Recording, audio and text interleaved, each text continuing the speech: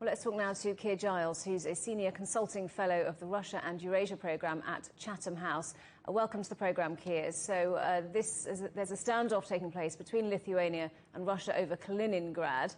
How do you see that coming to an end? Are we now at a point where military confrontation is the most likely outcome? No, not at all. And in fact, we never have been. As you heard from your correspondent, there's always been a great deal of attention paid to this narrow strip of land between Kaliningrad and Belarus. But there's no particular reason why that should be a flashpoint any more than anywhere else along the borders between Russia and NATO. Now, yes, it has a great attention lately because of this transit of goods across Lithuania between Russia and between this territory that it seized from Germany at the end of the Second World War.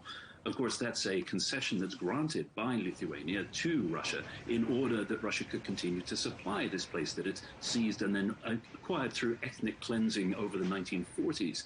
So in a way, this is a self-inflicted injury for Russia, and they're now reaping the consequences of trying to seize small parcels of other people's land. There won't be a military confrontation because the last thing Russia wants is an actual direct clash with NATO. Our correspondent mentioned that one Russian lawmaker had called for the gap to be closed. Do you think the Suwalki gap is particularly vulnerable at this point? Not at all. In fact, it's far less vulnerable than it has been in the past. We shouldn't pay too much attention to what Russian lawmakers say because they are always calling for outrageous things. In fact, it's not so long ago that yet again they called for the recognition of Lithuania as an independent nation to be rescinded. So there's a lot of noise that comes from Russia. They do this because it gets the excited reaction from Europe that they want. And we've already seen Germany putting pressure on Lithuania to ease its implementation of these EU sanctions, what lies behind them putting restrictions on what can be shipped into Kaliningrad in order to, once again, appease Moscow. So Russia sees that it makes these threatening noises and whips up the idea of the Suwalki gap being vulnerable because it gets the political results that they want. So as you say, a lot of noise from Russia. How do you think that will be handled by NATO and Western leaders?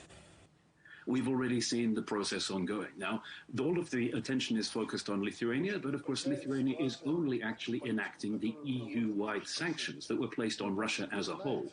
So Lithuania isn't actually making any of this up themselves. They're just putting in place the rules that have been set in Brussels.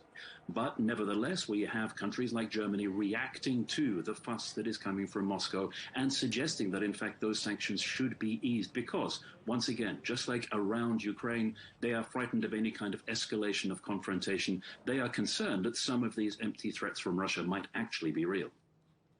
Keir Giles, great to get your thoughts today. Keir Giles from Chatham.